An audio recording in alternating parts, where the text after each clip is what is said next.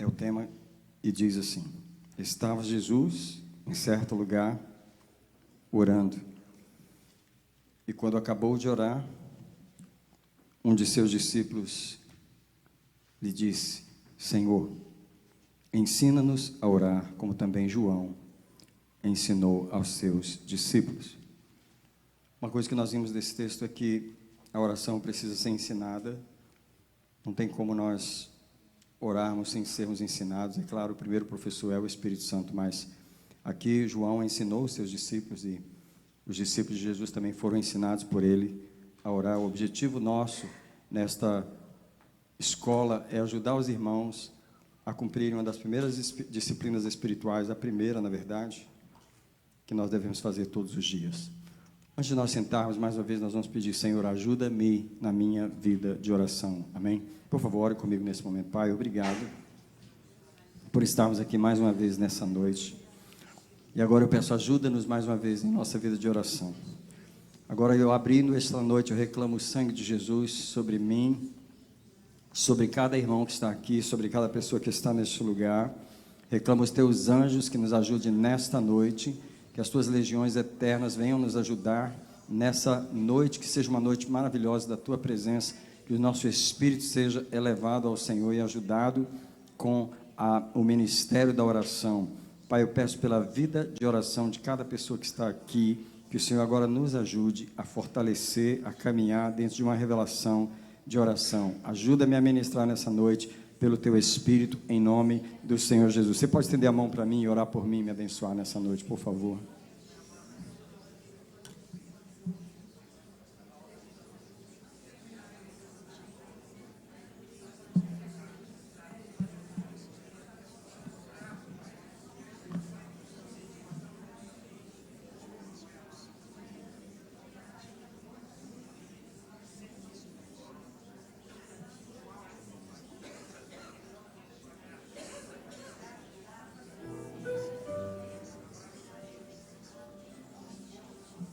Receba a tua bênção esta noite, Pai, pelo teu povo, e eu te agradeço por ela sobre a minha vida, em nome de Jesus. Pode sentar.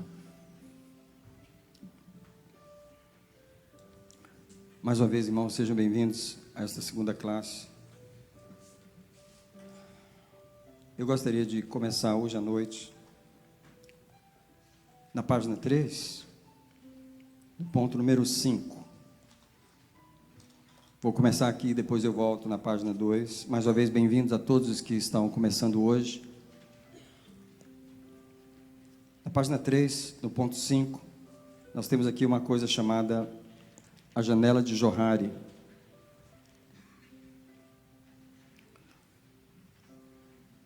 E eu queria começar com esse ponto, para poder discutir com vocês sobre por que devemos orar por nós e por que precisamos aprender a orar por nós. A janela de Johari é uma ferramenta psicológica que foi criada por dois psicólogos em 1955, o psicólogo Joseph Loeff e Harrington Ingham. E nessa janela ele ajuda a representar 4 áreas da vida do ser humano que são áreas cegas para o ser humano, sendo que uma é aberta e 3 têm áreas cegas. Então ele diz que cada ser humano tem essas 4 áreas, uma delas é a área aberta. Isso é aquilo que eu vejo em mim e os outros também veem. É aquilo que é público, é chamado também de eu aberto. Os versículos não foram os psicólogos que colocaram, foi eu mesmo que coloquei. Mas esse versículo aqui, do Salmo 51, verso 3, o salmista diz as seguintes palavras: pois eu conheço as minhas transgressões e o meu pecado está sempre diante de mim. Nesse ponto da área aberta, é aquela coisa que a gente já sabe sobre nós. Quando você vai orar por você, você já sabe pelo que orar. O tema da nossa aula hoje é como orar por mim. Eu quis começar por aqui, porque a área aberta é a área que você já conhece, os problemas que já são conhecidos, não só seus, você não os encobre mais, você não evita, você não ignora, eles já são conhecidos, tanto seu quanto das pessoas. Porém, a área cega, que é a segunda área, é uma área particular. São coisas que eu não vejo em mim, mas os outros conseguem ver. Quer dizer, ela é uma área cega para mim. Embora outras pessoas, olhando para mim, elas podem ver coisas que eu não vejo em mim. E o pastor Joey pregou isso muito bem na mensagem domingo, não sei se alguém viu, quando ele estava falando que nós precisamos de amigos, como ele estava falando dos 4 amigos do paralítico. Eles conseguiam olhar para ele, e amigos verdadeiros apontam em nós coisas que a gente não consegue ver. Essa é a área fechada para nós, são pontos cegos para nós, mas eles são abertos para pessoas que nos conhecem. Um texto que se encaixa muito bem aqui é Apocalipse capítulo 3, o verso 17. Nesse caso, a igreja de Laodiceia, ela não consegue ver seus próprios defeitos, pelo contrário, ela diz assim: rico sou, estou enriquecido e de nada tenho falta. E o verso diz: e não sabes, isso é uma área cega para você, que és coitado, miserável, pobre, cego e nu. Aqui está uma coisa muito difícil, que são coisas tão difíceis que uma própria igreja, uma igreja evangélica, uma igreja onde Jesus se dirigiu a ela, ela não sabe essas coisas sobre ela. Deixa eu dizer, há muitas coisas sobre nós que nós não sabemos e não conseguimos ver. Elas estão em nossa área cega, em nossos pontos cegos.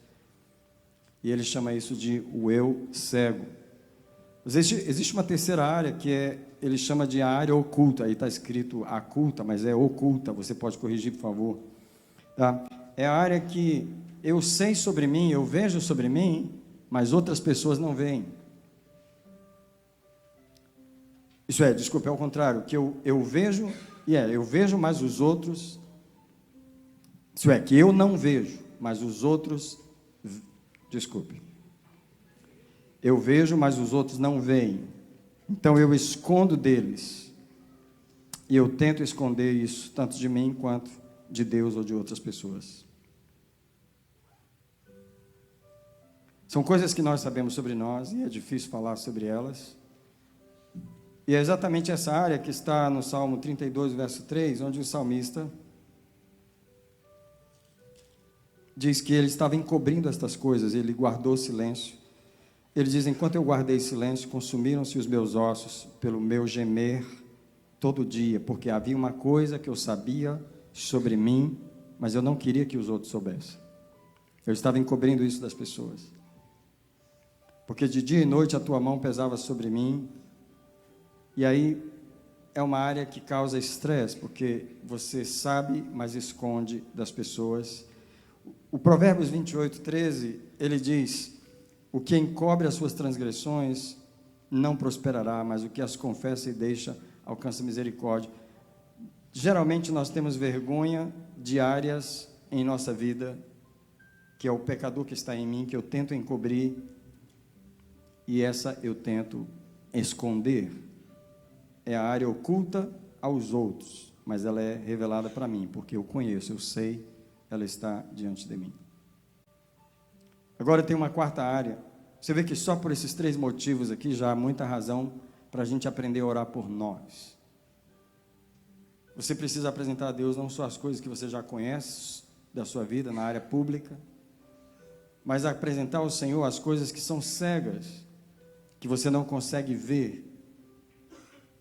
E agora, nessa terceira coisa, apresentar a Deus as coisas que eu já sei, mas eu tenho vergonha delas e eu encubro essas coisas. Porém, há uma quarta área que eles chamam de área desconhecida, onde nem eu vejo, nem os outros veem, só Deus pode revelar. Nessa área eu coloquei o Salmo 19, o verso 12. Esse texto é sempre bem citado por mim quando eu digo: quem pode discernir os próprios erros? Isso é, eu não conheço os meus próprios erros. Purifica-me dos que me são ocultos.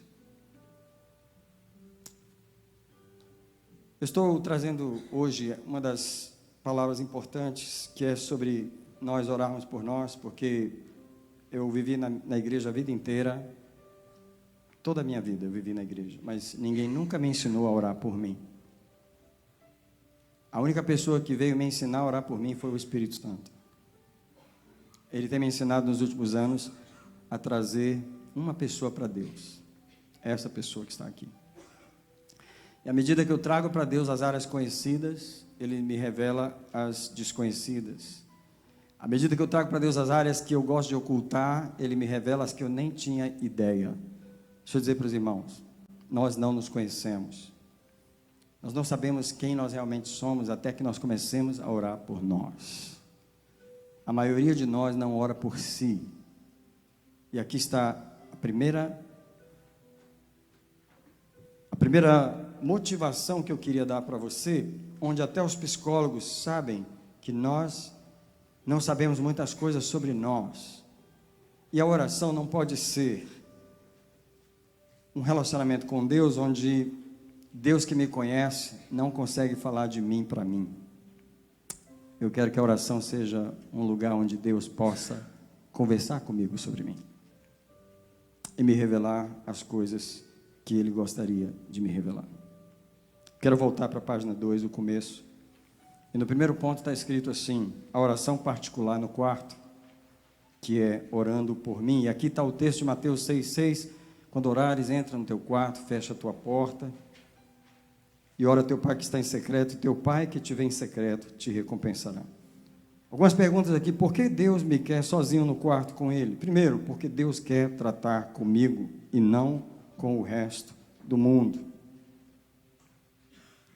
Segundo, porque Deus respeita a minha intimidade e Ele não quer me expor para outras pessoas. Se Deus gostaria de tratar só comigo, sobre mim, Ele não convida mais ninguém para essa reunião, Ele quer que eu esteja sozinho no quarto. Quando Ele quer falar dos meus problemas comigo, Ele não quer me expor para ninguém.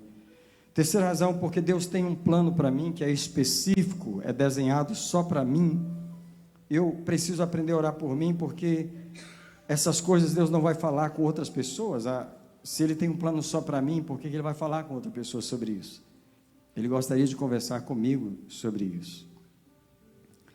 Esta não é uma oração pública, é uma oração muito particular, ela não deve ser dividida com nada, nem com ninguém. Essa oração do quarto é a oração da intimidade, onde o teu Pai te recompensará.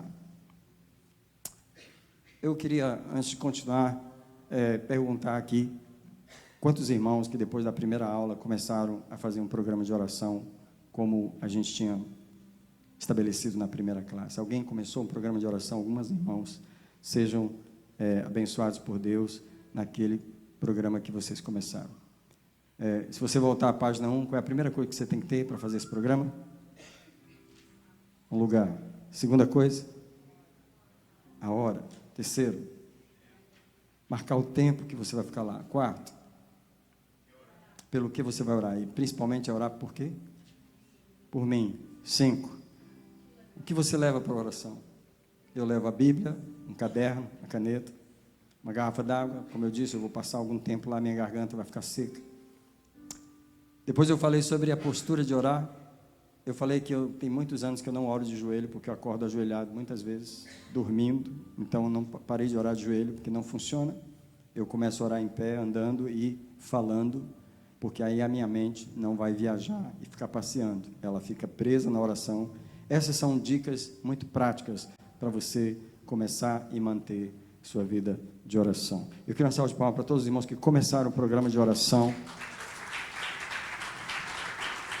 E eu queria, nesse momento, fazer uma oração com os irmãos. Nós vamos orar pelos irmãos que começaram o seu programa para que Deus sustente eles. Você pode orar comigo? Pai, em nome de Jesus, obrigado por aqueles que tomaram a decisão, semana passada, de começar um programa pessoal de oração no quarto. Aqueles que começaram a seguir os passos que foram dados na aula, e agora o Senhor está ajudando eles a caminhar. Fortalece-os agora. Não deixe eles pararem quando terminar essa escola. Não deixe eles pararem no fim do ano, não deixe eles desanimarem de uma vida de oração. Se eles interromperem esse programa, que eles voltem a iniciá-lo novamente, que eles não desistam da coisa mais importante, que é estabelecer uma vida de oração em casa, particular, orando por si mesmos, com um tempo determinado, num lugar específico, numa hora específica, levando a tua palavra, levando um caderno, onde eles possam ouvir a tua voz e registrar aquilo que o Senhor está fazendo lá. Pai, eu abençoo este momento na vida de cada um. Quem pode dizer graças a Deus? Eu queria queria interromper rapidinho aqui e perguntar se alguém gostaria de dar um testemunho rápido sobre essa vida de oração que você começou a fazer. Alguém podia fazer isso em 2 minutos? Alguém gostaria de fazer isso? Por favor. Como eu disse, 2 minutinhos, mas pode vir aqui, senão não vai sair no microfone. Não, pode vir aqui, senão não vai sair na gravação. Obrigado pelo seu testemunho. Nossa, no microfone? Eu sempre peço a Deus para falar comigo, mas eu não escuto. Eu falo, minha irmã fala, Deus falou, todo mundo falou, eu não escuto. Por que eu não escuto? Mas aí eu ouvindo, eu comecei a fazer oração, eu falei, Senhor Deus, fala comigo de alguma maneira. Nossa, qualquer coisinha. E essa semana orando, gente, o Senhor me falou na própria palavra. Sabe quando te responde exatamente? Vou chorar, eu estou chorando. Exatamente o que você pediu, perguntou. Eu nunca tinha prestado atenção nisso. Eu acho que eu não tinha, mas quando essa semana eu orava, eu tentava não olhar no relógio. E quando eu vi, eu tinha passado do tempo. E aí, quando eu falava assim, agora eu preciso de resposta. Gente, fantástico. Salve de palmas para o Senhor. Tem mais alguém que começou esse programa e gostaria de compartilhar com a gente, rapidinho aqui? Eu penso que uma das coisas mais preciosas que alguém pode fazer, claro, é estabelecer uma vida de oração. Só precisa ser rápido. Irmãos, a paz. Ele estava falando sobre a área cega. Então, essa semana, o Espírito Santo de Deus falou comigo de uma das minhas áreas cegas. Eu falei assim, não é que é verdade? Eu vim compartilhando com meu esposo, né, sobre essa área cega da minha vida. Então, o Espírito Santo de Deus fala mesmo, tá? Depois eu conto para o pastor qual é a área cega. Não é porque é segredo, é porque ele está com pressa. Mas o Senhor te revelou qual é a área. Ele não precisa revelar para ninguém, ele precisa revelar só para a gente. Amém. Salve de palmas para o Senhor. Aleluia. A coisa mais básica para uma igreja é que as pessoas que estão nela saibam orar. Mais alguém quer compartilhar um testemunho da sua aventura nesse desafio da oração? Agora eu vou fazer uma pergunta diferente. Quem aqui está precisando de graça de Deus para começar o programa e não conseguiu ainda? Nós vamos orar agora. Algumas mãos estão levantadas. Tem mais? Deixa levantada. Nós vamos orar nesse momento. Toda pessoa que não conseguiu começar o seu programa de oração, nós vamos orar agora. Eu posso pedir para você ficar de pé e nós vamos orar por você. Os outros fiquem sentados, nós vamos estender as mãos para esses irmãos. Eu queria que os irmãos estivessem ao redor deles, ajudassem esses irmãos, chegassem próximos deles. Alguém pode levantar e ministrar neles? Alguém pode levantar e ajudar eles agora e começar a orar pela vida de oração e dizer, Senhor, ajuda este teu servo, essa tua serva, a vencer toda barreira no mundo espiritual agora, para poder começar um programa de oração. Em nome de Jesus, nesse momento nós intercedemos por todas as pessoas que estão de pé. Espírito Santo, nós pedimos agora, ajuda os teus filhos e as tuas filhas a iniciarem. Dá força agora, caiam por terra os demônios, caiam por terra agora toda a força espiritual contra a vida de oração. Deus abençoe os teus filhos e as tuas filhas, que nesse momento estão pedindo a graça do Senhor para começar um programa de oração pessoal. Eu abençoo cada um. Caiam por terra as barreiras, caiam por terra as barreiras. Seja estabelecido na tua vida uma vida de oração. Seja estabelecido na tua casa uma vida de oração. Seja estabelecido. Nós te abençoamos essa noite. Na autoridade do nome do Senhor Jesus, seja estabelecida uma vida de oração. Te abençoo com uma vida de oração, em nome do Senhor Jesus. Em nome do Senhor Jesus. Em nome do Senhor Jesus. Aleluia. Eu queria pedir aos irmãos que, se você tiver desejo de mandar uma mensagem para mim, falando do seu testemunho no WhatsApp, manda uma mensagem. Eu vou ter prazer de compartilhar com você, eu vou ouvir você com muito carinho. Manda uma mensagem, eu gostaria de saber como é que está essa aventura na sua vida. Voltando à página número 2, eu quero seguir no ponto número 2, onde diz, os problemas do mundo e os nossos problemas. Os problemas do mundo ao nosso redor, todos temos muitos problemas em nossas vidas. Nossas familiares, problemas no trabalho, problemas de pessoas que fazem parte da nossa vida, ok? Os problemas já estão lá. Muitos deles nós já nascemos, eles já estavam lá nos esperando, tá? Todos os dias, além desses problemas, aparecem novos problemas, não é? Todo dia você abre o jornal, abre as notícias, são novos problemas, e quando você vai conversar com os familiares, novas coisas estão acontecendo, são problemas de outras pessoas que estão passando, que começam a vir para você. O governo arruma problemas para nós, quando muda as leis, quando às vezes dificulta as coisas, etc. E os problemas vão se adicionando em nossa vida todos os dias. A nossa vida, na verdade, é um desafio para resolvermos problemas. Deixa eu dizer, Deus, Ele confiou a nós, seres humanos, o poder de resolver problemas. É por isso que Deus nos confiou tantos problemas, porque Ele confiou em nossas mãos o poder de resolver os problemas. Problemas são oportunidades de Deus em nossa vida para Ele se manifestar através da nossa fé. De tantos problemas adicionados na nossa vida, nós passamos a crer que o mundo realmente é o problema, não é? Porque quando a gente levanta de manhã, os problemas estão lá fora e eles estão chegando, e nós cremos que o mundo é o problema. E nós esquecemos de uma coisa principal nesse cenário, é que nós somos o principal problema de todos os problemas. O que eu quero dizer? Deixe-me falar então sobre os nossos problemas. Eles nascem em nós. Eles nascem conosco e por causa de nós. E eu estou falando dos nossos problemas pessoais. Do que eu estou falando? Eu estou falando que são os problemas que nós fazemos com os problemas que nos deram. A vida nos dá problemas, as pessoas nos dão problemas, o governo nos dá problemas, e agora nós arrumamos um problema com esses problemas que nos deram. Deixa eu explicar aqui, a minha ilustração é essa aqui, é como alguém que vai fazer um bolo, mas os ingredientes que recebeu não são bons. Isso é, ainda além de não saber fazer bolo, mesmo que você tivesse os melhores ingredientes, você não sabe fazer bolo. Que o que eu quero dizer, nós não sabemos resolver problemas, não nascemos assim, sabendo resolver todos os problemas.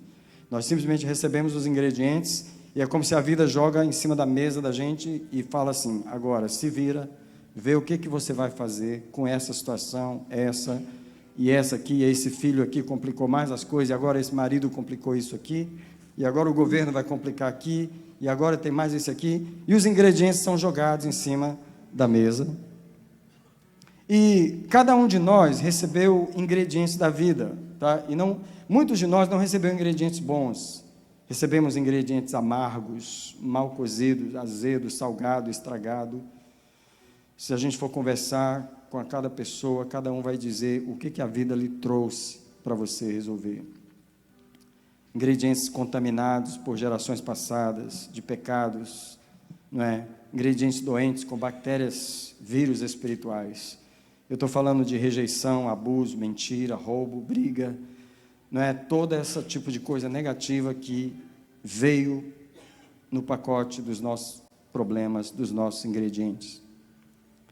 Outras pessoas, mesmo não tendo recebido ingredientes tão ruins assim, porque muitos não passaram essas coisas, misturaram esses ingredientes eles mesmos ao longo da vida, adicionando drogas, bebida, mentira, roubo, etc, etc.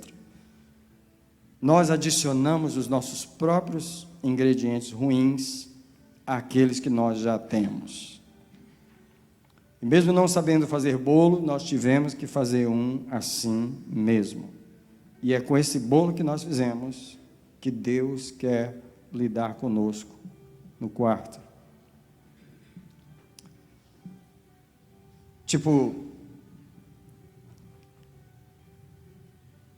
Cada um de nós tem uma história que tem que lidar com ela. quando a gente aconselha os irmãos, a gente está vendo a dificuldade de cada um, porque foram estes ingredientes, foi esse pai que você recebeu, foi essa mãe, foi essa família que você tem, foram esses os ingredientes que vieram às suas mãos, e agora você tem que aprender a fazer um bolo da vida com isso. Só que você também não sabe fazer bolo. E aí você começa a acrescentar coisas que você mesmo, por exemplo, a ira que você recebeu, aumentou a ira em você também. A rejeição que você recebeu, você colocou um pouco sua também. E tipo assim, nós aumentamos esses ingredientes lá. O que eu quero dizer é que o bolo que nós temos hoje não é resultado só do que as pessoas fizeram ou do que nós recebemos. É resultado do que nós também fizemos. Alright? Nenhum de nós pode escapar dessa situação. Como que nós lidamos com aquilo que chegou até nós? Quando a gente vai orar por nós, Deus gostaria de conversar conosco sobre esse tipo de bolo que a gente fez. Right? E Deus quer nos ajudar a descobrir os ingredientes que eu não pedi, mas a vida me deu. Descobrir os ingredientes que eu mesmo adicionei nesse bolo da minha vida. Descobrir que tipo de padeiro eu sou e como eu me acostumei a fazer o meu bolo.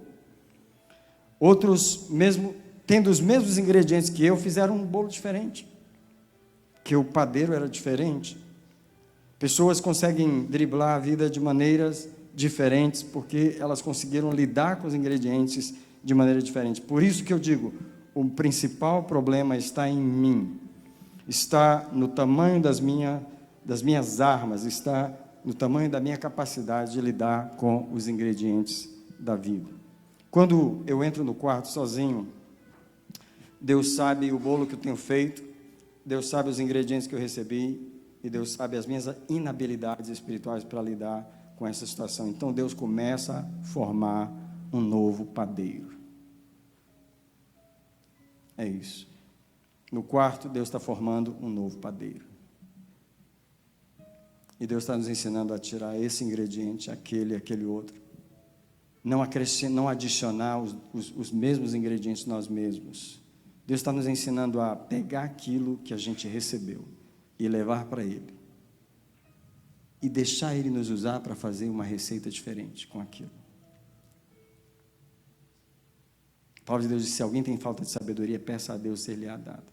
E é justamente essa sabedoria de lidar com a nossa história que muitos de nós não têm tido, não têm recebido na oração. E uma das coisas que o Espírito Santo ele quer dar a cada um de nós é justamente essa capacidade, essa sabedoria na sua situação específica, para você fazer um bolo diferente do que você fez até agora. Eu não vou pedir para levantar a mão quem não está feliz com o bolo que você mesmo fez na vida. Eu recebi um temperamento de determinada maneira e tive determinadas experiências, e o bolo que eu fiz não ficou bom. Eu tive que parar esse bolo e aprender a fazer outro. E no quarto de oração, Deus começou a me ensinar a fazer um novo tipo de receita, adicionar outros tipos de ingredientes para dar um novo sabor na minha vida. Alguns de nós aqui não sabem lidar nem com o seu próprio temperamento. Você não conhece direito porque você é assim, porque você veio assim, de que família, de que linha sanguínea você veio, e por isso você ou é colérico, ou você é fleumático, e você não sabe lidar. E Deus quer te ensinar a conhecer você, pegar essa história que você teve e fazer um bolo diferente. Bom, é isso que eu tenho visto Deus me ensinar na minha vida pessoal. E Ele continua fazendo isso cada vez que eu venho orar por mim. Outra coisa importante é que Deus precisa mostrar a mim para mim mesmo. Tá? O ser humano tem essa característica de não se conhecer. Não somente isso, mas se autonegar, se autoignorar e ser indiferente consigo mesmo. Você sabe, uma das coisas que a gente faz é não se ouvir a si mesmo, não se respeitar a si mesmo, e aí a gente termina não se amando a si mesmo e não sabendo se julgar a si mesmo corretamente. Romanos 12, verso 3. Geralmente a gente lê Romanos 12, 1 e 2, mas o verso 3 tem uma mensagem muito importante. Paulo diz, pela graça que me foi dada, Eu digo a cada um dentre vós que não tenha de si mais alto conceito do que convém, mas pense de si sobriamente. Vamos parar aqui. É impossível pensar de mim sobriamente quando meu coração está amargurado comigo mesmo, quando eu não consigo me ouvir a mim mesmo, quando eu não consigo entender a mim mesmo, saber por que eu sou assim, como Deus me fez e como lidar comigo. Deus quer nos ensinar isso, irmãos, na oração. Deus quer nos ensinar a orar por nós mesmos, a ponto de a gente saber lidar com a gente mesmo. Uma pessoa estava conversando com outra e o Espírito Santo estava falando com ela que tinha algo errado no corpo dela. E eles estavam discutindo, eram dois homens, era o marido dessa irmã, e eles estavam discutindo, e o Senhor falando com ela, pergunta para ele se o corpo dele está falando com ele. E, na verdade, a pessoa entendeu que o corpo dele estava gritando com ele. Sabe quando o seu corpo grita com você, mas você está acostumado a não ouvir seu corpo? E passar por cima dele, negar, por exemplo, às vezes você está com sede e nem percebe que está com sede, você trabalha o dia inteiro sem beber água, porque você não consegue ouvir seu corpo. Nesse caso, a pessoa estava com uma dor, e ela estava com a cabeça quase explodindo, mas ela estava ignorando o seu próprio corpo. Se a gente ignora não só o nosso corpo, a gente ignora a nossa alma, a gente ignora o Espírito Santo em nossa alma, porque Ele fala em nossas emoções, Ele fala em nossos sentimentos, Ele nos dá pequenos sussurros, e o Espírito Santo quer nos ensinar a ouvir o que Ele fala conosco sobre nós. Várias pessoas aqui, eu sei que o Senhor já falou que a gente tem que trabalhar menos, mas você não consegue trabalhar menos. Você precisa ter um ritmo mais devagar. Você precisa comer um pouco diferente. Você precisa estabelecer um ritmo de vida, um estilo de vida um pouco diferente. Você precisa aprender a ouvir o Senhor sobre você no quarto de oração. Você precisa orar por você, isso é, eu preciso orar por mim, porque Deus quer me colocar de frente comigo mesmo, mostrar para mim quem sou eu. Você vai ver em alguns exemplos da Bíblia que Deus fez isso com Jacó, tendo sido ele um enganador, mesmo sendo próspero, até aquele momento do vale do Jaboque, em Gênesis 32, verso 22, mas naquela noite, Deus colocou Jacó de frente para ele, mostrou a Jacó quem ele era. Vou falar para vocês, às vezes levam a vida inteira para Deus nos mostrar quem nós somos, porque a gente não consegue ver. Abraão era um homem que tinha medo de morrer por ter uma esposa bonita, e ele escolheu mentir. Em Gênesis 20, verso 11, ele pediu para ela dizer que ela não era esposa, que ela era irmã dele. Eu acredito que Deus teve que colocar Abraão de frente para ele em algum momento e mostrar para ele que ele estava mentindo. Ele precisava resolver aquela situação. Davi era um homem que tinha muitas mulheres e ele deixou essa herança para o seu filho Salomão, e eu imagino que em algum momento da vida o Senhor confrontou Davi sobre essa situação. Ele teve problemas nessa área. Eu não sei se vocês já notaram, mas o rei Saul, que foi o rei antes de Davi, ele não teve nenhum problema na área sexual. Saul foi um homem de uma esposa, e, pelo que se sabe, ele morreu com aquela esposa até o final da sua vida. Mas Davi, mesmo sendo escolhido de Deus, era um homem que tinha um problema nessa área. Deus precisava colocar Davi de frente para ele. E às vezes nossas realizações espirituais nos impedem de Deus chocar certas áreas em nossa vida. Alguém diga comigo, Deus precisa do quarto. Deus precisa do quarto para poder me colocar de frente para mim mesmo. Por isso que nós precisamos orar por nós. Nós não nos conhecemos. Nós fazemos ideias sempre melhores de nós do que nós realmente somos. O Senhor nos conhece, Ele sabe que tem sistemas que nós admitimos para viver que não são bons, eles precisam mudar. Por exemplo, uma grande mudança que Deus fez na minha vida foi porque eu sempre trabalhei na igreja desde a infância e já estava pastoreando no ministério, mas tinha uma coisa que me acompanhava a vida inteira. O que era? Uma tristeza. Eu aprendi a servir a Deus com um espírito triste. E o Espírito Santo levou anos para me colocar de frente de mim e me mostrar que eu era uma pessoa triste. E ele confrontou aquele lado triste meu. Ele me levou ao arrependimento, porque muitos de nós sabem que pornografia é pecado, mas tristeza não. Servir a Deus com tristeza é uma coisa normal, mas o Senhor me confrontou e Ele disse que eu tinha que ter vestes de alegria. Sou Elias, era um homem de Deus, ele fazia descer fogo do céu, mas ele tinha uma tendência à depressão. Elias era meio como eu. Ele ficou triste, entrou no deserto e pediu para morrer.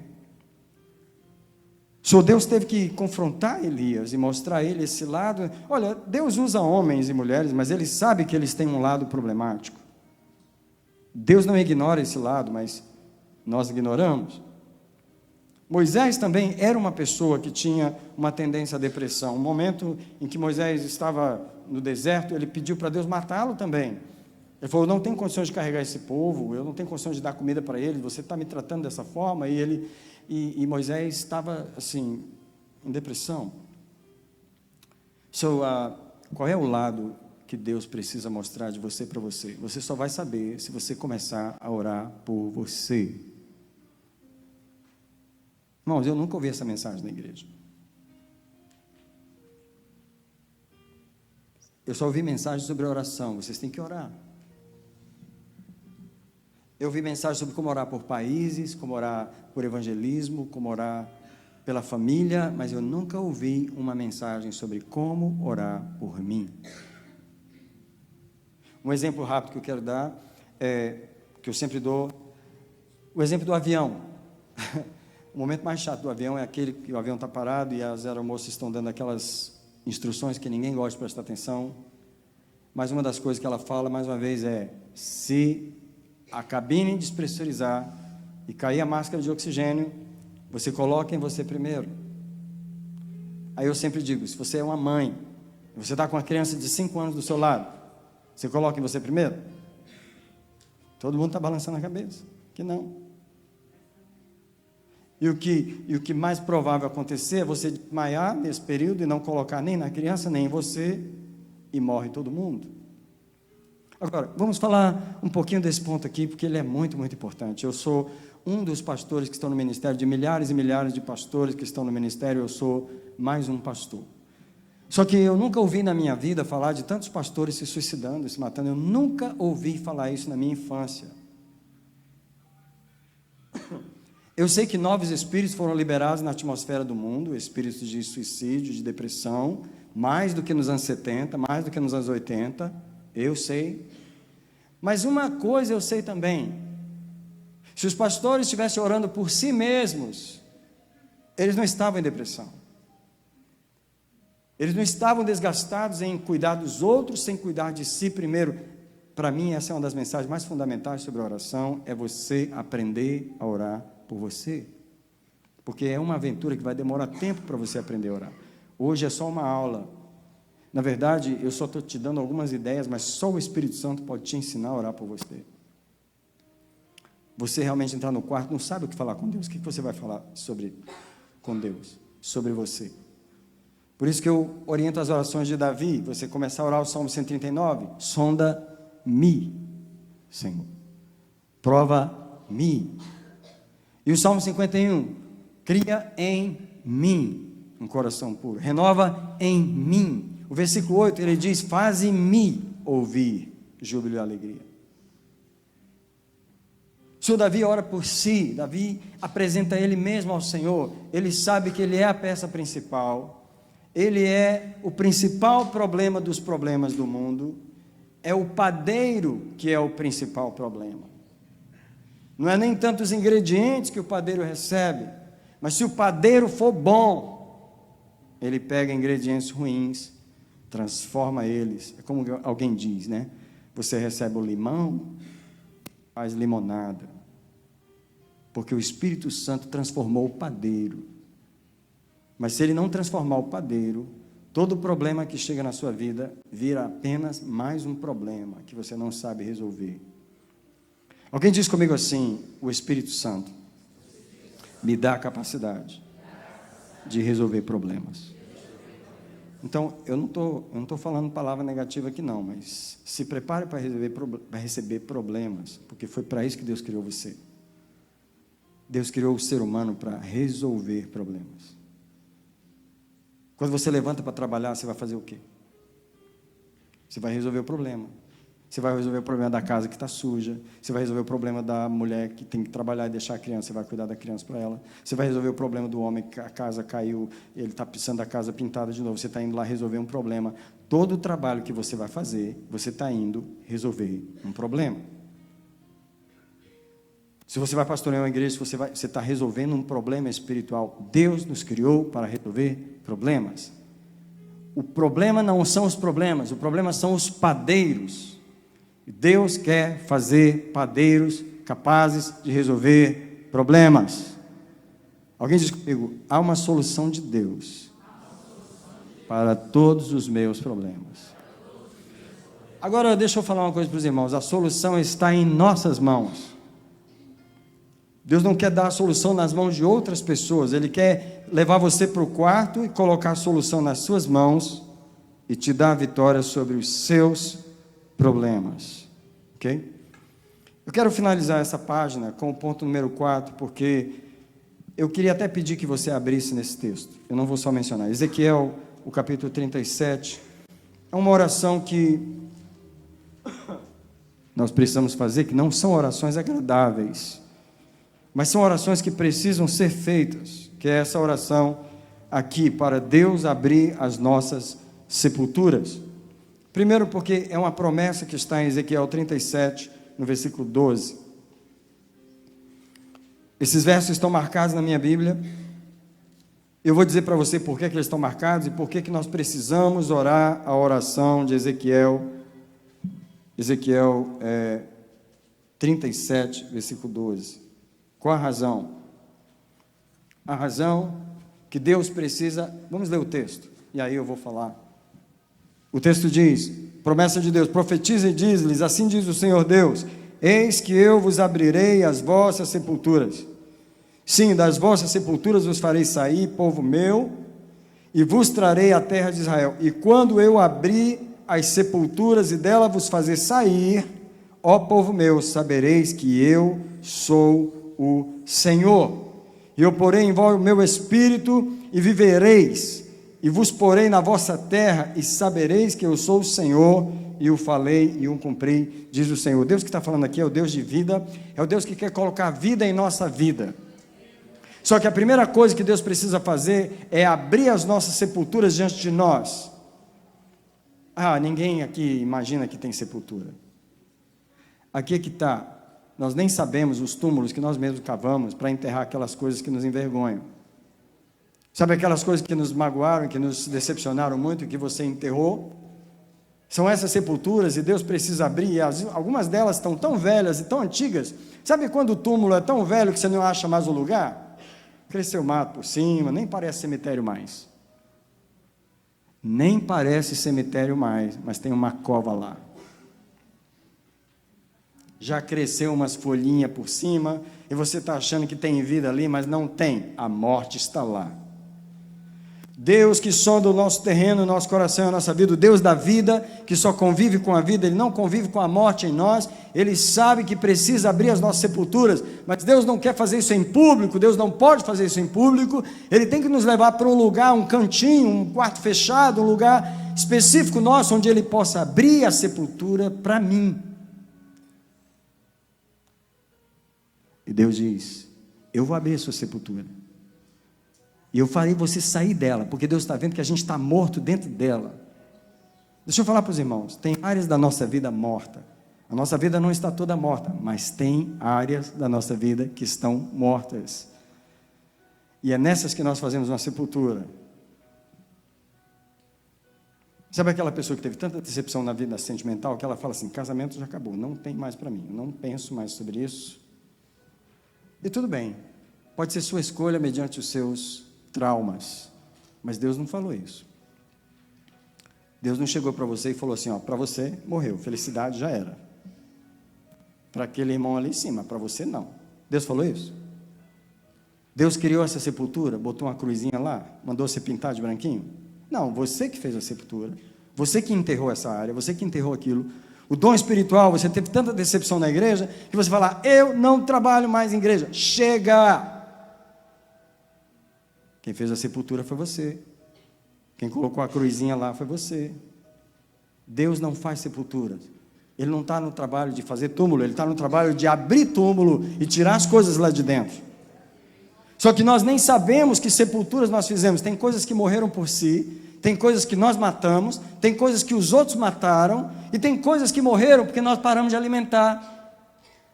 Para de aguar uma planta, para você ver o que vai acontecer com ela. Tinha sonhos em nossa vida, que não foi o diabo que matou, nem as pessoas que mataram, foram nossa negligência que deixou a coisa morrer. Eu quero parar essa mensagem nesse momento. Porque não é o meu falar que vai resolver, mas é o Espírito Santo. Eu queria orar com você nesse momento, pelo que eu acabei de falar. E a oração é, Senhor, revela as sepulturas da nossa vida.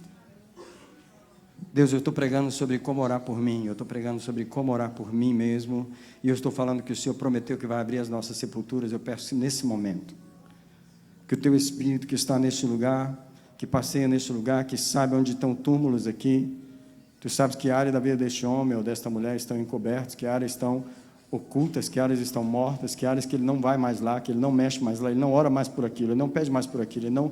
Senhor, abre as nossas sepulturas. Começa a trazer sonhos sobre as coisas que estão enterradas, que é para ser desenterradas. Tu és o Deus da vida, Tu estás neste lugar para abrir sepulturas. Tu és o Deus da vida que está aqui para renovar as áreas mortas da nossa vida. Eu proclamo que o Teu Espírito agora vai nessas áreas. Traz a memória, traz a memória, traz a memória o que nós enterramos, traz a memória o que os outros enterraram, traz a memória o que nós matamos, traz a memória o que os outros mataram em nós, traz a memória aquilo que nós deixamos morrer, traz a memória aquilo que o Senhor quer ressuscitar em nossa vida. Remove a minha pedra, me chama pelo nome, muda a minha história, ressuscita os meus sonhos, transforma a minha vida, me faz um milagre, me toca nessa hora, me chama para fora, ressuscita-me. Olha para mim, você que está aqui. Se você não sabia o que orar por você, Deus acabou de te dar uma frase para você orar no quarto. Ressuscita-me.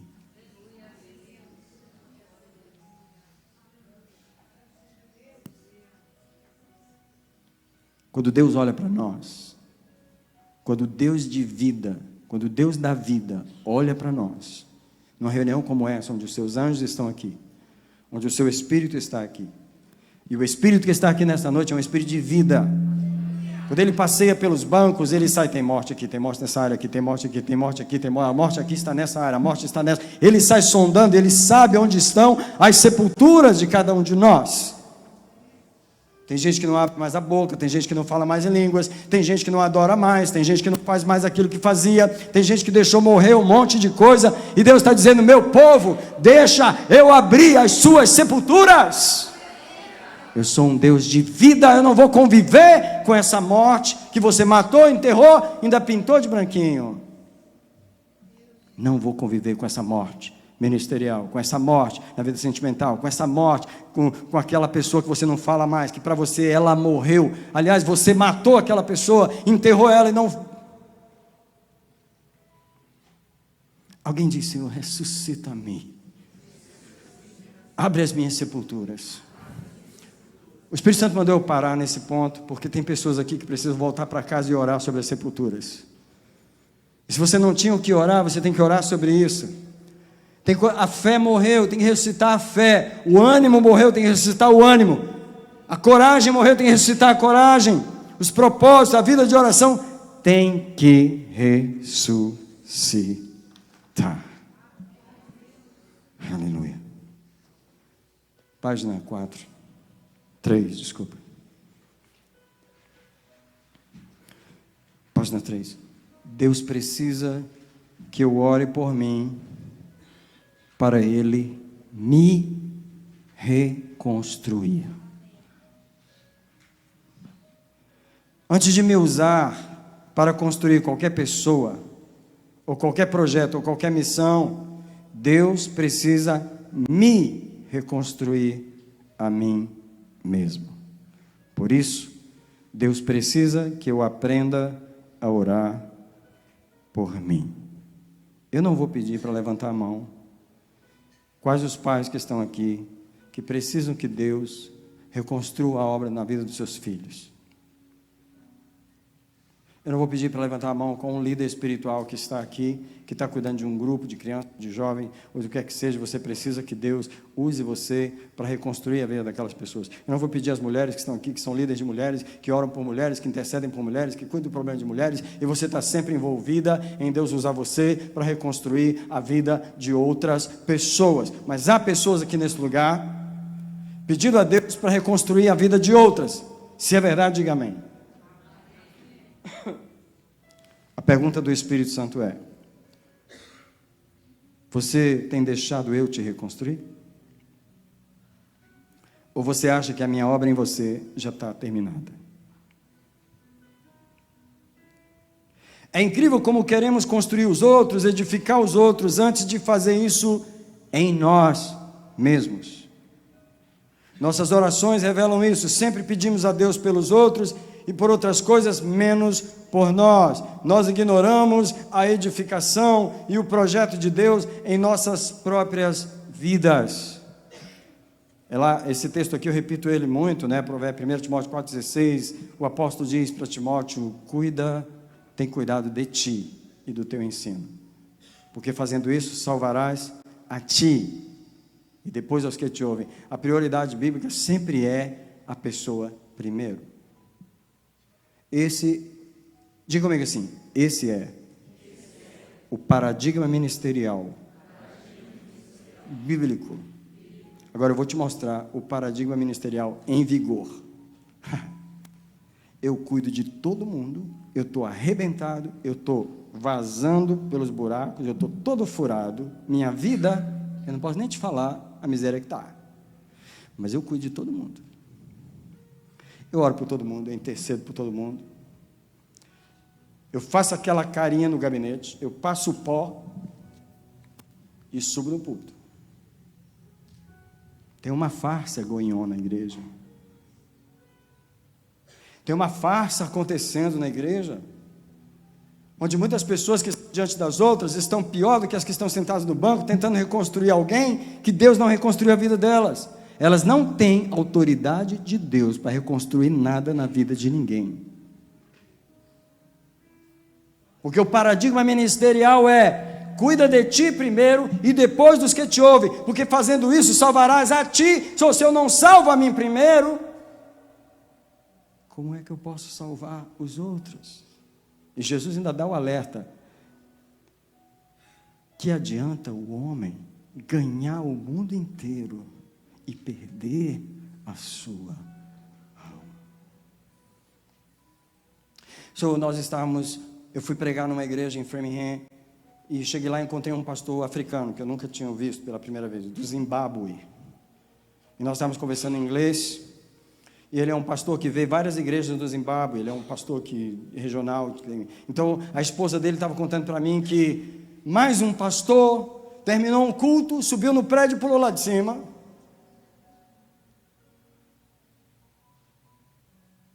Eu cuido dos outros, mas eu não cuido de mim. Essa é uma estratégia do diabo. Eu cuido dos meus filhos, eu oro por eles, eu até falo para Deus assim: por mim você não precisa fazer nada não, faz só pelos meus filhos. E Deus está falando: escuta, se eu não fizer a mãe, como é que eu vou fazer os filhos? Escuta, se eu não fizer o pai, como é que eu vou fazer os filhos? Seu paradigma está errado.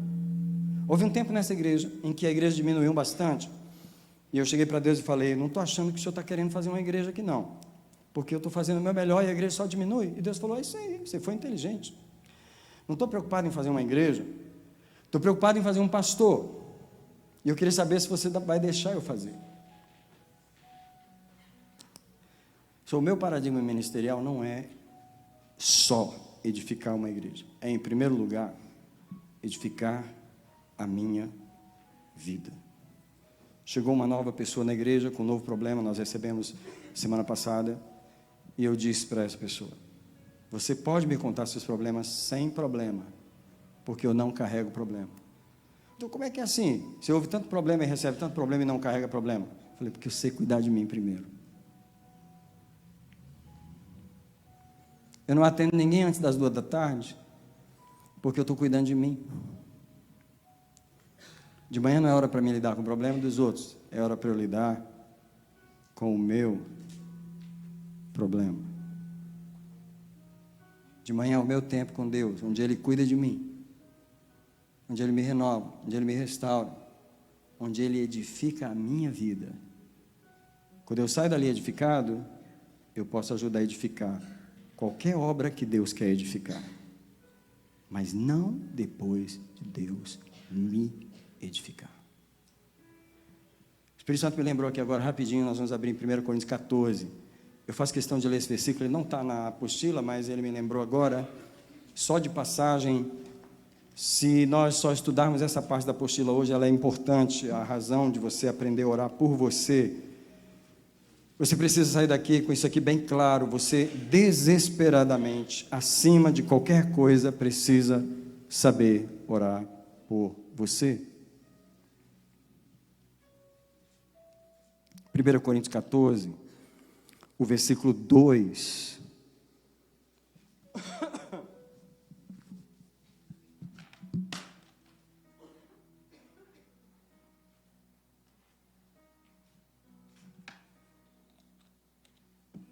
Não existe razão para nenhum ministério, para nenhuma pessoa que ministra e cuida dos outros andar por aí despedaçado, sangrando, ferido e sendo quase derrubado pelo diabo. Não existe razão. Quando você aprende o paradigma bíblico. Em 1 Coríntios 2 diz que o que fala em línguas não fala aos homens, mas a Deus. Pois ninguém o entende, porque em espírito fala mistérios. Versículo 4. O que fala em línguas edifica-se a si mesmo. E o que profetiza edifica a igreja. Para mim, o paradigma ministerial meu é falar em línguas primeiro, depois profetizar.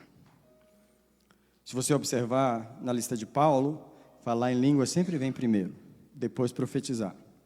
Na prática ministerial, nós invertemos, nós queremos pregar para todo mundo, que é o profetizar. O profetizar aqui não é falar o futuro, é pregar a palavra. Nós queremos edificar as pessoas e ter uma palavra para elas, mas nós não falamos em língua primeiro. E eu não estou cobrando aqui quem não é batizado com o Espírito Santo e não fala em língua. Eu estou falando do princípio de você edificar-se a si mesmo. Porque a oração em língua serve para quê?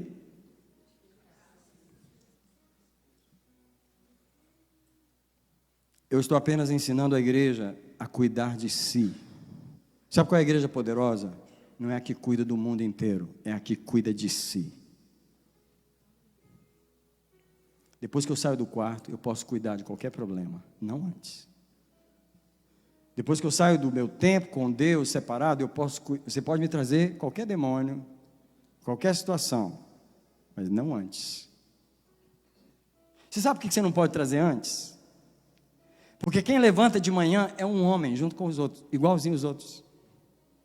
Quem levanta de manhã da cama não é um anjo, coroado, glorificado.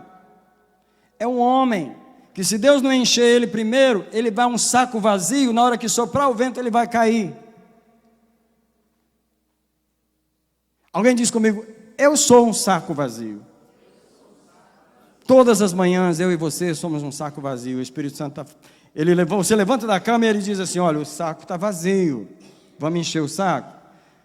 Vamos encher o saco, vamos encher. Eu estou falando, sabe aquele pacotinho na mercearia que colocava em cima e colocava o açúcar e você levava o saco para casa? Deixa o pacotinho em pé e não põe nada dentro e dá uma sopradinha nele para ver o que acontece.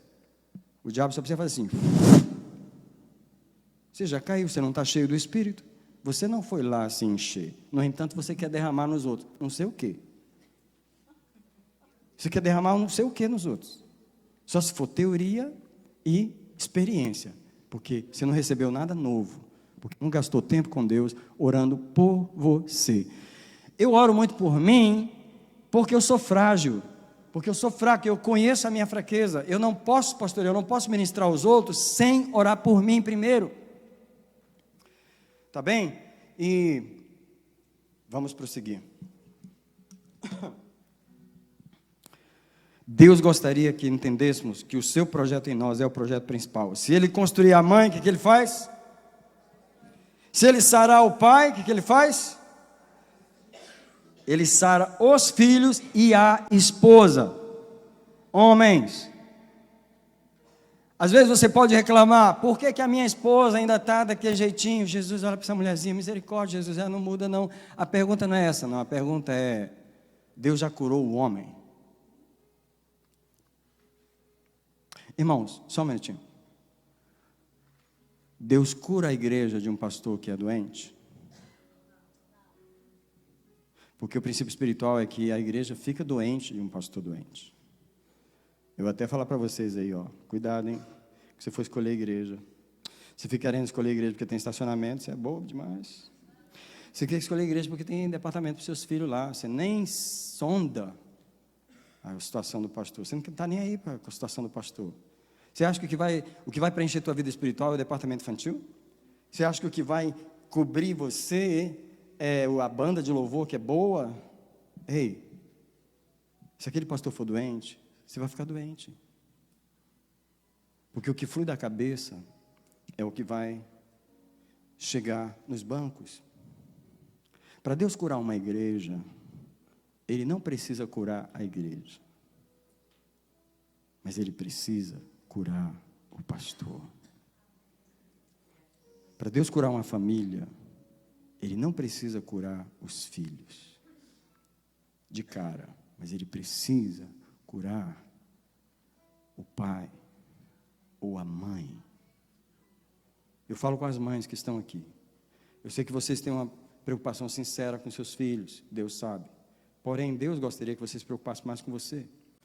Deus gostaria que você orasse mais por você, porque se Ele construir você, Ele vai chegar nos seus filhos. Sabe o que Deus falou para mim?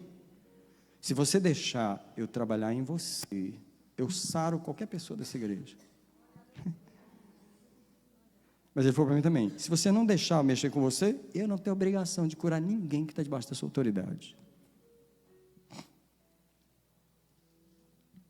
Por que vocês são uma igreja feliz? Porque eu sou um pastor que deixa Deus trabalhar em mim. Por que vocês estão sendo curados? Porque o homem que podia impedir a sua cura, já caiu por terra, que sou eu. Por que é fácil a cura chegar em você? Porque ela passa aqui facilmente, ó. Todo dia, todo dia, todo dia. Alguém disse comigo assim, eu preciso cuidar de mim primeiro. Porque um dia eu perguntei para uma pessoa, ela falou assim, não pastor, é muito egoísmo eu orar só por mim. Eu sinto que é egoísmo. Não, irmão, isso é estratégia do maligno, para você ignorar você. Não é egoísmo. Se Deus curar a irmã, Ele vai curar as outras irmãs através da oração dela. Se Deus curar a esposa, Ele salva o casamento. Se Deus transformar o pastor, Ele transforma a igreja. Não é assim que Deus faz?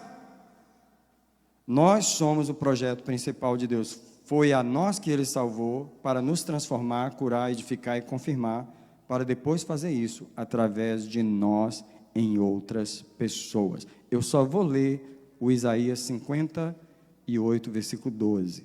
Só esse versículo eu vou ler. Porque Isaías 58 é um capítulo onde Deus cura as pessoas. Se você ler o Isaías 58, antes de chegar no versículo 12... É um capítulo que só tem 14 versículos, mas presta atenção. Quando você leu do verso 1 até, você vai vendo que, por exemplo, no versículo 8 fala, então romperá a tua luz como a alva e a tua cura.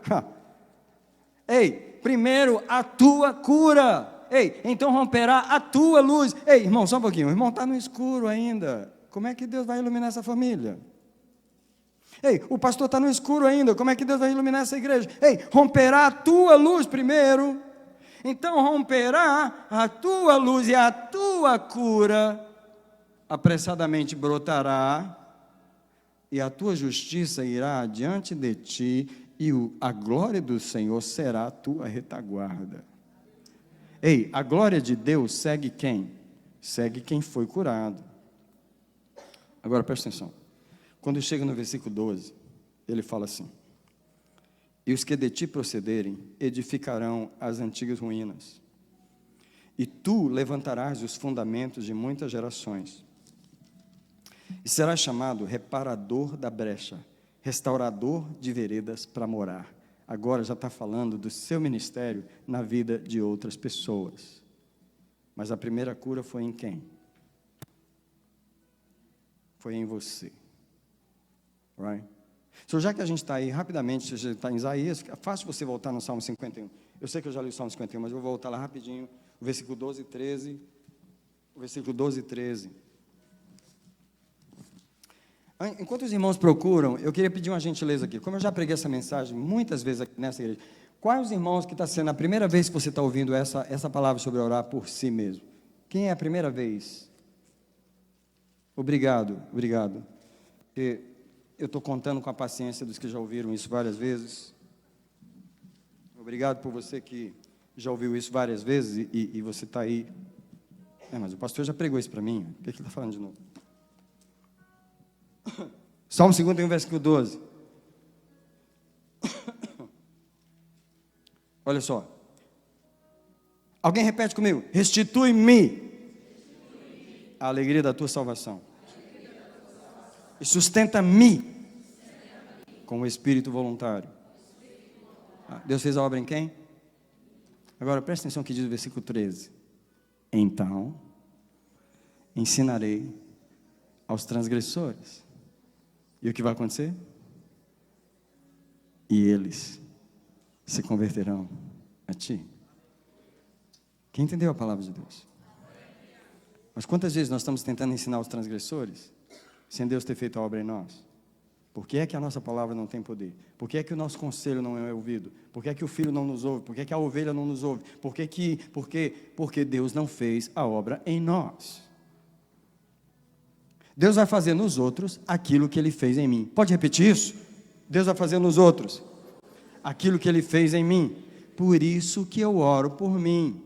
Porque eu quero ver Deus fazer nos outros aquilo que Ele fez em mim. Esse é o princípio de Deus, essa é a forma dEle, essa é a maneira dEle trabalhar. E pode dar uma salva de palmas para o Senhor, porque é a palavra dEle, é a forma dEle fazer. Louvado seja o Senhor. Yes. Se nós pararmos de cuidar do mundo e cuidar desse mundo, o mundo é transformado. Deixa eu falar mais uma vez. Se nós pararmos de cuidar do mundo inteiro, que nós não temos poder sobre ele, e nós cuidarmos desse mundo, que nós temos poder sobre ele, o mundo será transformado. Esse princípio bíblico, essa é a forma de Deus. Por isso que eu queria pedir, ore por você, ore por você. Agora, eu vou dar mais um versículo para você orar por você, tá? Eu quero dar Jeremias 1:10, porque nenhum lavrador, ele chega na terra cheia de buraco, de pedra, de madeira, e vai jogando a semente em cima da terra de qualquer jeito. Ele faz isso? Nenhum lavrador faz isso. O que ele faz? Ele limpa a terra primeiro, ele tira as pedras, ele às vezes faz uma queimada, ele faz alguma coisa lá para preparar a terra para poder plantar. Deixa eu te dar um versículo que Deus me deu para orar por mim. Eu oro esse versículo já tem vários anos. Jeremias 1:10.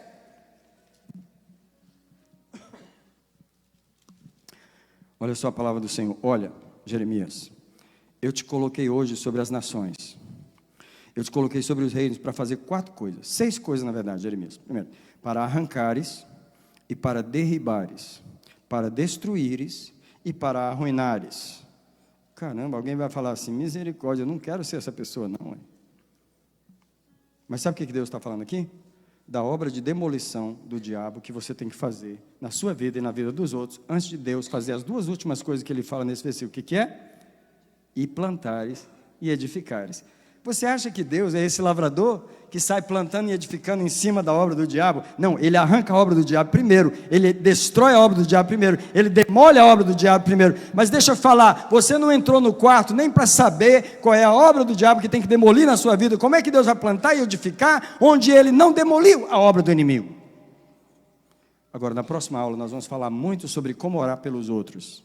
Sim, nós vamos ter que falar sobre como ser intercessor, como orar por esse filho, por esse marido, por essa pessoa que nos converteu. Nós vamos falar sobre intercessores qualificados, como fazer essa oração. Deixa eu te falar, essa oração você precisa orar quando você chega para fazer uma obra na vida de uma pessoa. Você não chega abençoando, não, irmão. Você não chega logo plantando e edificando, não. Primeiro você tem que arrancar, destruir e arruinar a obra que o inimigo fez lá antes de você chegar. Alguém diz comigo assim: o diabo chegou primeiro. Você está chegando na vida dessa pessoa agora, foi você que chegou primeiro, é você que está chegando aí com toda essa bondade, toda essa bênção. Ei, chegou um monte de lixo aí, antes de você nascer já tinha lixo aí. Você não era nem crente, já tinha lixo aí. Agora chega eu e você com as armas espirituais aí, a gente ignora o lixo e quer plantar e edificar. Derribar. Vamos falar essas palavras.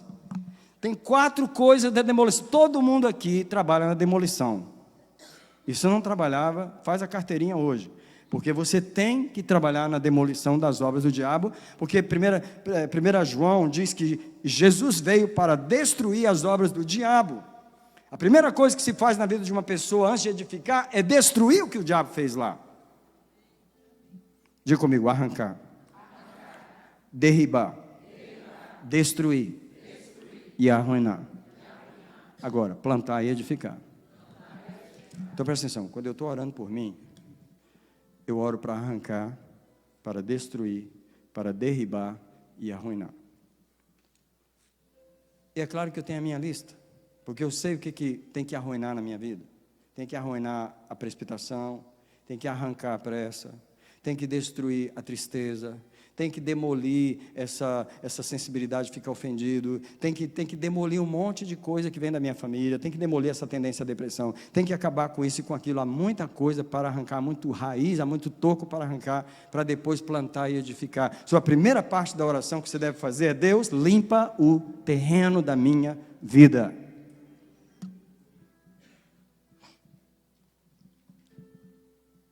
Eu já falei das orações de Davi, tá?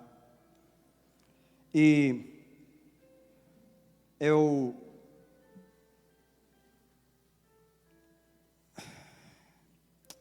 vou falar só esse ponto aqui no ponto 6, esse ponto número 3, Davi é um homem que cuida da sua própria alma. Então, hoje eu estou ensinando sobre como orar por mim, e uma das orações que as pessoas precisam aprender a fazer é a do Salmo 42, versículo 11, onde o salmista aprendeu a ser o seu psicólogo.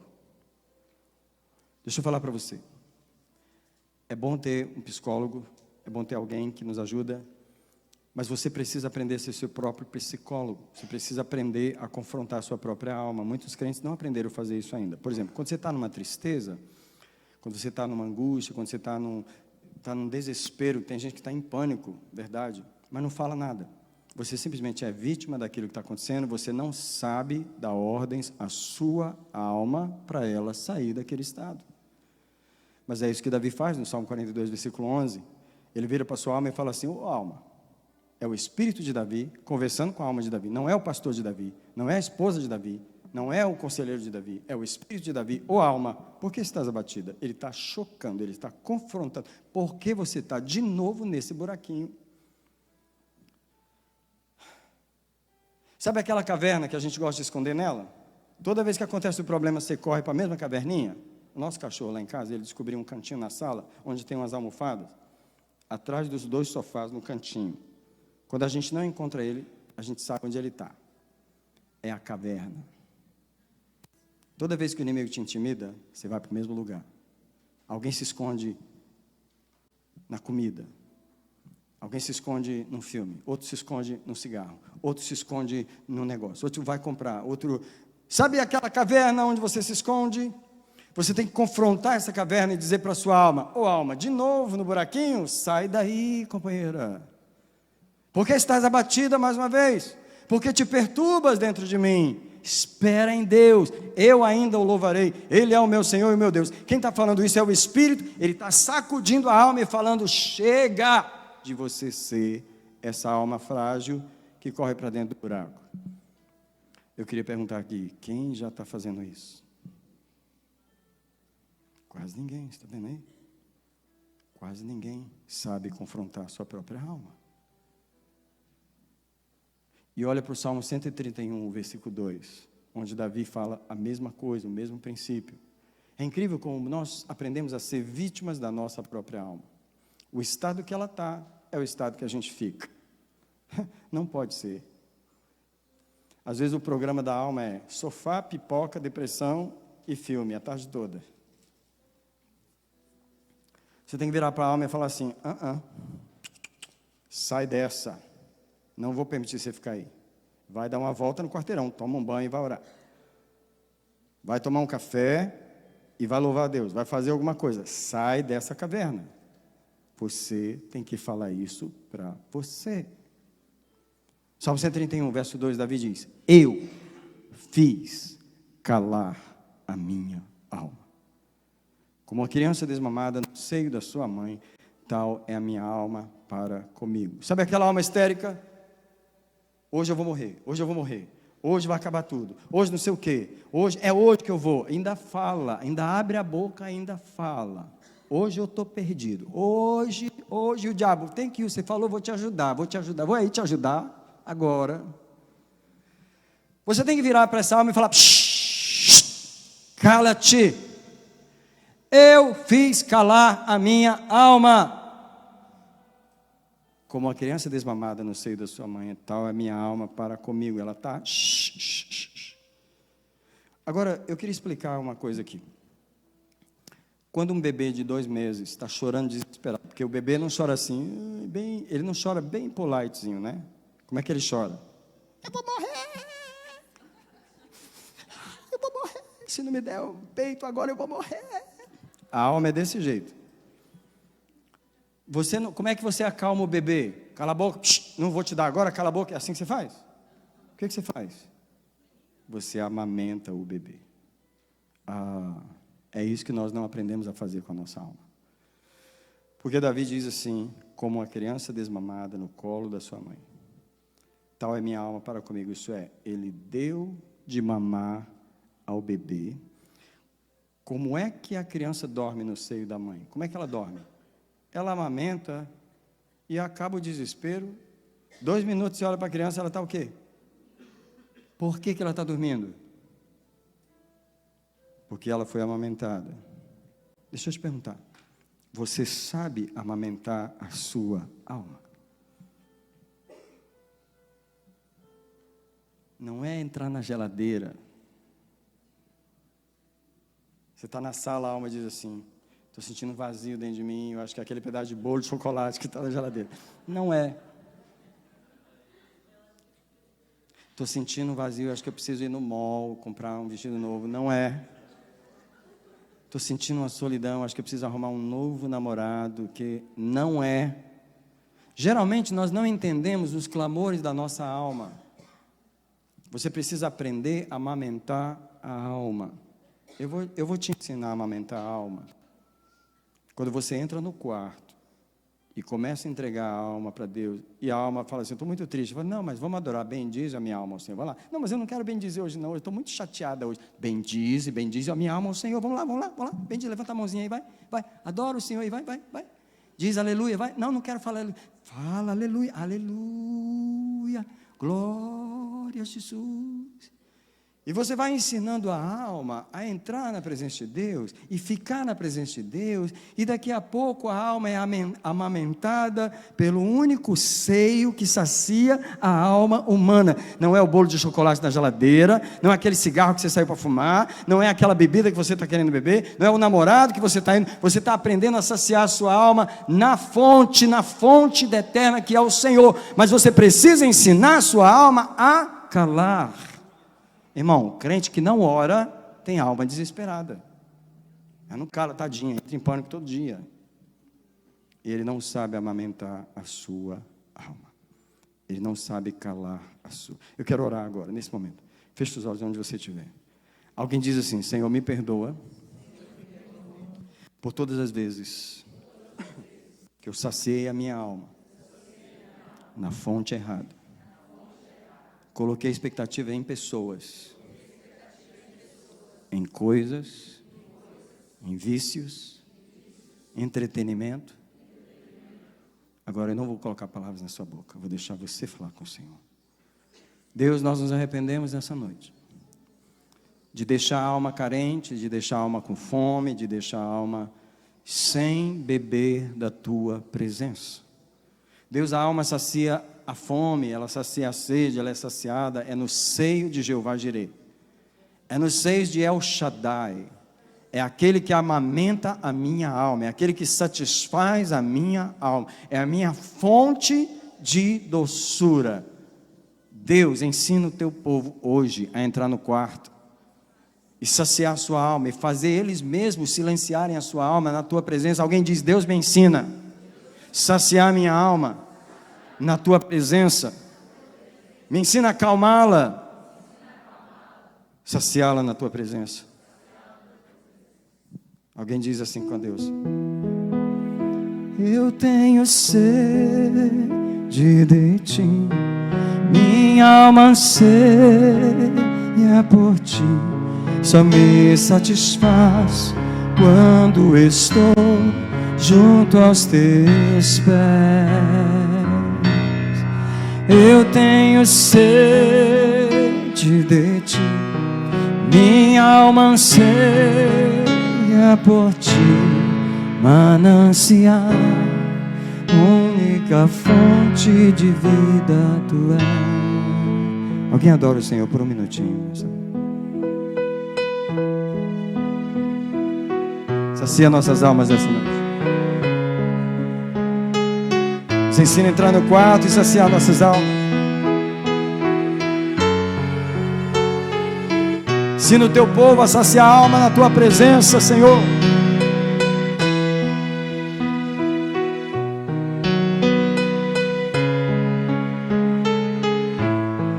Anunciar, única fonte de vida tu és. Só mais uma vez, por favor. Eu tenho sede de ti, minha alma anseia por ti, só me satisfaço quando eu estou junto aos teus pés. Eu tenho sede de ti, minha alma anseia por ti, manancial, única fonte de vida tu és. Alguém adora o Senhor? Um minutinho, por favor. Aleluia. Aleluia. Espírito Santo, seja bem-vindo nesse lugar. Espírito Santo, eu só posso falar, eu não posso ensinar. Eu não posso revelar ao coração as verdades que eu estou falando. Espírito Santo, abre os olhos da igreja para a importância de orarmos por nós mesmos. Em nome do Senhor Jesus. Uma das mensagens importantes que eu vou falar na próxima aula é sobre essa de você fazer orações reveladas. Ela está na página 4, não vou falar hoje, vou terminar agora. Eu só queria concluir falando aqui por que algumas pessoas não prosperam em sua vida de oração. E eu queria falar aqui com alguns irmãos que já estão tentando orar nessa igreja há alguns meses e não conseguem estabelecer uma vida de oração. Às vezes existem algumas razões que você está ignorando. Uma delas é o estilo de vida que você vive. Vou te dar um exemplo. Se você no seu trabalho, lá, passa o dia ouvindo Super Rádio FM 106.7, Magic. Come on, brother. Fala para mim, qual é o poder e a unção e a inspiração que você vai ter de Deus para chegar em casa e ficar meia hora em oração? Eu te garanto que você não vai conseguir. Você fica reclamando que você não consegue orar, que você não consegue estabelecer uma vida de oração? Por causa do estilo de vida. Você ouve música do mundo o dia inteiro. No seu trabalho, no seu carro. Seus ouvidos estão enchidos de morte espiritual. E você quer chegar em casa e ter uma vida de oração. Alguém diz comigo assim: não vai funcionar. Vou te dar um outro exemplo. Entretenimento é uma das coisas que nós precisamos ter para a gente não ficar doido. Você tem que se divertir com alguma coisa. Mas é uma das portas que o diabo usa para colocar morte em nossa vida. Digamos que tem uma pessoa que gosta de videogame, e os videogames, é tudo anjinho, né? Os videogames é tudo de paz e amor, não é? Os videogames é tudo de morte, de violência. Imagina um irmão que passa horas jogando videogame, a semana toda é a única diversão dele, aí ele sai do videogame onde ele jogou um monte de... Aí ele vai para a oração, ele vai ter 1 hora de oração na presença de Deus, é verdade? Come on. Não tem como misturar as coisas. Está entendendo o que eu estou falando? Para você levantar uma vida de oração, você tem que mudar o estilo de vida. Vou te dar outro exemplo. Irmão, tem crente que gosta de xingar, irmão. Irmão, o cara fala palavrão o tempo todo. Não parece crente não, irmão. É porque você não está no trabalho com ele, você não sabe. Você não vê ele dirigindo. Quando alguém corta ele, irmão, os crentes xingam, irmão. Tem uns crentes que xingam. Você tem uma linguagem tão suja. Aí você chega em casa, o Espírito Santo está tão feliz com o que você falou o dia inteiro, que ele vai te dar uma força tremenda para você orar. Agora vai. O Espírito Santo está triste com você. Ele está entristecido. Ele está magoado. Eu te pergunto, como é que a gente vai levantar uma vida de oração quando o estilo de vida está contrário ao que o Espírito Santo gostaria? Por exemplo, de vez em quando a gente encontra um crente, que eu não sei como que é esse crente, né? Mas tem esse tipo, que ama filme de terror. Não levanta a mão se você está aqui, não precisa levantar, não estou te pedindo para identificar. Mas, irmão, é só demônio nos filmes de terror. Aí você sai do filmezão de terror e vai tirar 1 hora de oração no quarto e sentir a presença de Deus, né? Come on, brother. Come on. O estilo de vida não permite você ter uma vida de oração. Na verdade, nós precisamos converter primeiro para poder ter uma vida de oração. Porque a gente está falando de oração, e tem pessoas tentando orar, só que elas não estão conseguindo orar, porque não se converteu ainda. Então eu quero orar para aceitar Jesus hoje à noite. Eu quero orar para alguém deixar o estilo de vida que está ofendendo o Espírito Santo. E por causa desse estilo de vida, você não consegue orar. A vida de oração é a tua respiração todos os dias. Amizades. Se você tem mais prazer nos amigos do mundo, aqueles mesmo que, sabe, o seu prazer é lá, não me diga que você vai chegar em casa e vai ter uma grande inspiração para orar, porque você não vai ter. Você vai ter muita dificuldade para orar. Agora, irmão, se você largou o mundo, se você largou tudo, se você está buscando Jesus, se você passa um dia assim, clamando, sedento de Deus, meu irmão, na hora que você dobrar o joelho, você fala: ai, que delícia. Eu cheguei no lugar que eu estava esperando, por causa do estilo de vida. É o estilo de vida que facilita uma vida de oração ou dificulta. Eu vou orar agora, os irmãos podem ficar de pé nesse momento, por favor. Eu quero abençoar a sua vida nesse momento de oração.